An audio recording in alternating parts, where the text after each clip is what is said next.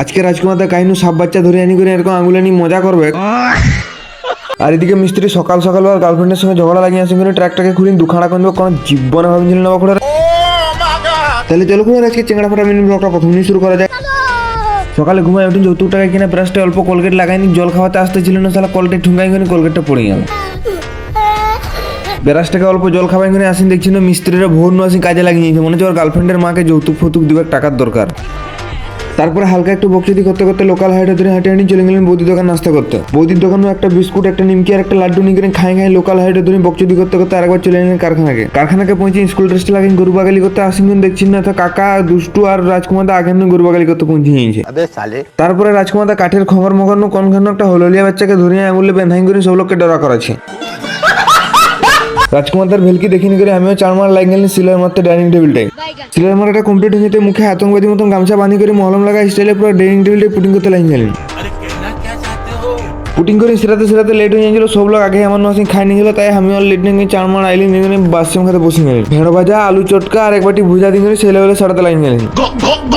বাসিম খাবারটা হয়ে যেতে চার মার 80 মিনিট 1.59 আর 3.79 খাটের বাজুকাকে রং করে লাল করে দিলেন একবারে, অর্ডার হয়ে গেছে যাবে বলে লোকের ঘরকে।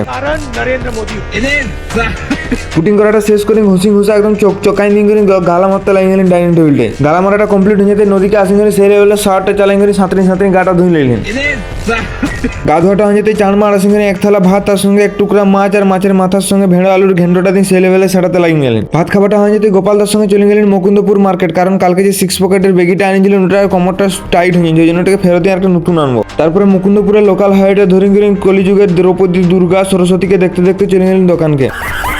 বেগিটা চেঞ্জ করে বেগে ভরি লোকাল হাইটে হেলিকপ্টারটাকে উড়াই চলে এলেন কারখানাকে পঞ্চিং করে হেলিকপ্টারটাকে প্ল্যাটফর্মে পার্কিং করে নিয়ে করে ঢুকিয়ে এলেন রুমের ভিতর দিকে জামা প্যান্ট রাখি স্কুল ড্রেসটা লাগাই করে ডিউটি করতে আসতেছিলেন না। সেখানে আপনি দেখছেন তারা হেভি লেভেলে ঝড় ফড় উঠিনছে। পুরো আমি তোমাদেরকে প্রথমে সরি বলি, কারণ কালকে ঝড় উঠাইছিল, ওই জন্য ফোনে চার্জও ছিল না, 50% চার্জ ছিল, এনাফ চার্জ ছিল, তো চার্জে বসাইছিলেন। আর ঝড় উঠাইছিল, সব বাইরে খাট ফাট সব পড়িয়েছে, এটাকে ভিতরাতে হবে।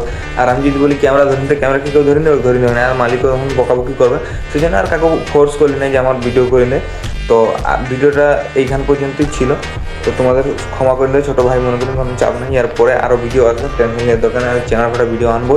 তো আজকের ব্লগটা এইখান পর্যন্তই শেষ করছি না, এইখানে লটিয়া গাছটা পড়ে এলো, আমার মিনি ব্লগটা এখানে ছিঁড়ে তো এর তোমার পেছন পাকা ব্লগ দেখতে গেলে কী করবে, শিখো ডাউনলোড করবে না, তোদের খুঁড়া আছে চাবলি এর দরকার নাই, আমাকে ফলো করে রাখো, বাস এরকম আর চ্যানেল ফাটা খাতারনাক লেভেলের ভিডিও পাবে।